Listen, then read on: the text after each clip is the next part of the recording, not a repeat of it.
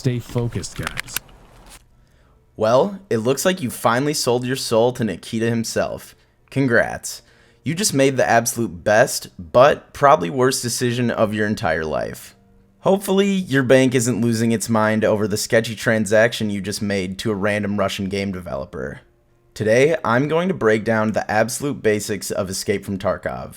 But first, don't forget to give this video a like, and if you're feeling frisky, consider subscribing to my channel. I just started this account, and I plan on posting more Tarkov training videos, as well as content from the other games I play, like Halo or whatever else is currently holding my attention. Escape from Tarkov is about to have the biggest update since I started playing back in version 12.9. For you newbies, a wipe is when Tarkov receives a huge update to the game. Players' progress will reset, putting everyone on an even playing field. This is usually when Tarkov sees the highest influx of new players, so if you're new, just know that you've landed on the right video. This wipe will include the first new map to hit the game in over 2 years, as well as game-changing features like movement inertia and VoIP. But since you're new, this information probably doesn't mean a whole lot to you, so let's dive into what Tarkov actually is. Escape from Tarkov is a Russian-made military simulator based in the fictional Norvinsk region of Russia. The city of Tarkov is the largest city in the region and has tons of lore around the activity of the different factions in the game. That topic alone could be its own series, so we're going to put that aside for now. Basically, all you need to know is that shit hit the fan, and now you're stuck in a post-apocalyptic wasteland trying to survive and make a name for yourself. A typical game, otherwise known as a raid of Tarkov, looks a little something like this.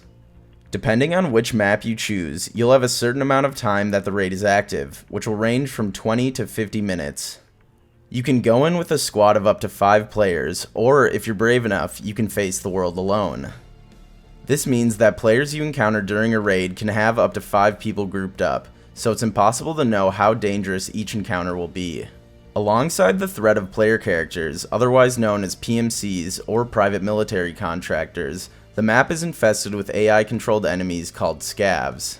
If you've ever watched a streamer play Escape from Tarkov, you've probably heard the phrase, "Oh, it's just a Scav," suggesting that they aren't a threat. For the experienced player, this is true, as they have hundreds of hours stomping on these guys. But for new players, they need to be considered as high of a threat as any other. At first, it's going to be difficult to distinguish between a player and a Scav, so treat every encounter like a life or death situation. Because it is. Even the best players out there can find an untimely death by a Scav popping them in the face with a single shot of buckshot. The easiest way to tell if it's a Scav is the Russian voice line they'll say when you enter their line of sight. This is typically an indicator that they plan on shooting you, so quickly find cover and figure out the best way to take them down.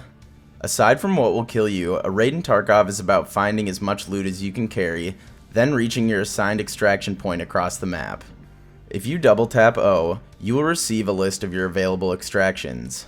I highly suggest having the map pulled up on a separate monitor so you can have some bearing of where you need to go. Learning the maps was one of the hardest parts of the game for me, so having an experienced player as a teammate is invaluable in the starting hours of the game.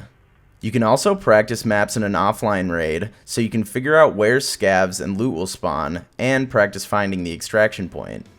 If you die in a normal raid, you'll lose all the loot that you brought with you, but this is not the case in an offline raid. Escape from Tarkov's gameplay has a lot more to it than just shooting and looting.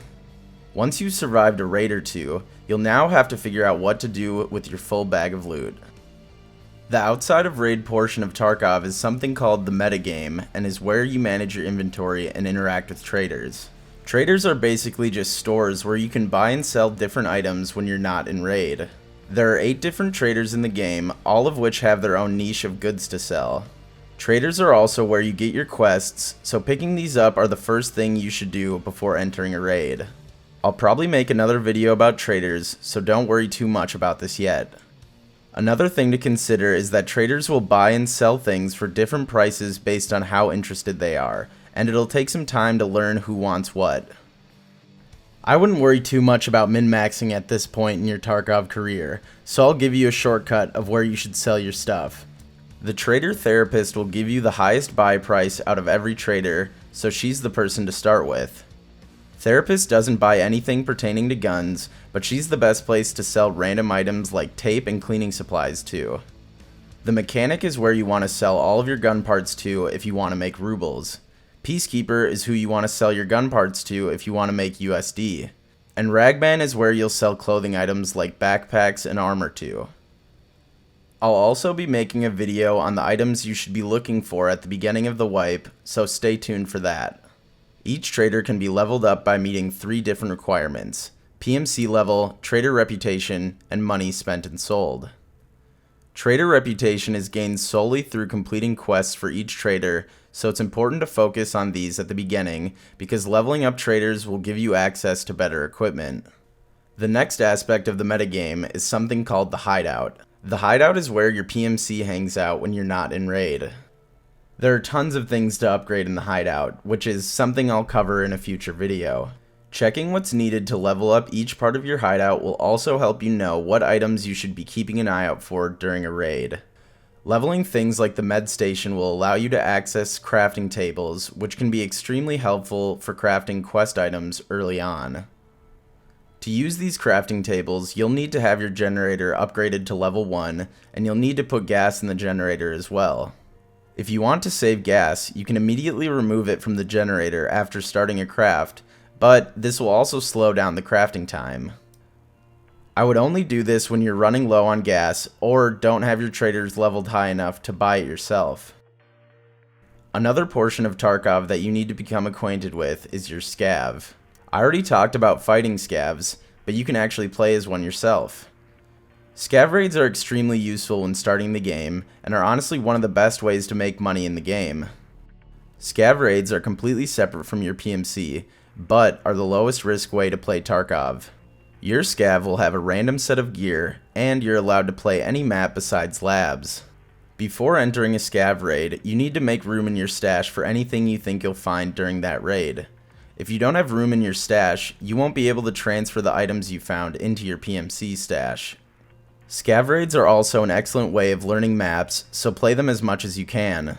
Once you finish your raid, whether that be by death or extraction, your Scav will have a cooldown timer, so you can't run these over and over again. The duration of your cooldown timer is based on your Scav karma, as well as various hideout upgrades. Scav karma is shown by your reputation with the trader fence. Scav karma can be gained or lost by performing various actions with your Scav, like extracting, killing an enemy PMC, killing another Scav, or managing to extract with a PMC. My advice is to just not shoot anything when you're a Scav. Some people are assholes and try to kill their fellow Scavs, but this is only going to hurt them in the long run. Killing friendly Scavs will result in a huge decline in your karma, in turn giving your future Scavs worse loadouts and an increased cooldown timer. Inversely, being a good Scav will give you better gear and a faster cooldown timer. My advice is if you're able to extract as a Scav, you can put his loadout directly onto your PMC. This allows you to complete a PMC raid basically for free because you're only risking the free loot you just got. This can help overcome your gear fear because you won't be quaking in a bush because you're scared of losing the stock M4 you were given at the beginning. Scav raids also provide an opportunity to complete certain quests for your PMC. Quests where you have to find things like Salua kits and 3M armor are viable to complete using your Scav. However, quests where you have to find things like Jaeger's Camp or killing Scavs must be completed with your PMC. The XP that you gain using your Scav also will not contribute to the leveling of your PMC. Scav raids are a great part of Tarkov, and I really suggest doing them as often as you can. Alright, so now that I've covered a lot of the basics, I would say just get in there and get your feet wet. The game is really complex and takes, honestly, about 100 hours to even feel like you know what the hell's going on. It's gonna be hard, but just push through it. This game is so much fun, and it is worth the learning curve. And if you guys can, I would really appreciate it if you gave this video a like and subscribe to my channel. I'm going to be posting more videos like this that will hopefully help you get into Tarkov.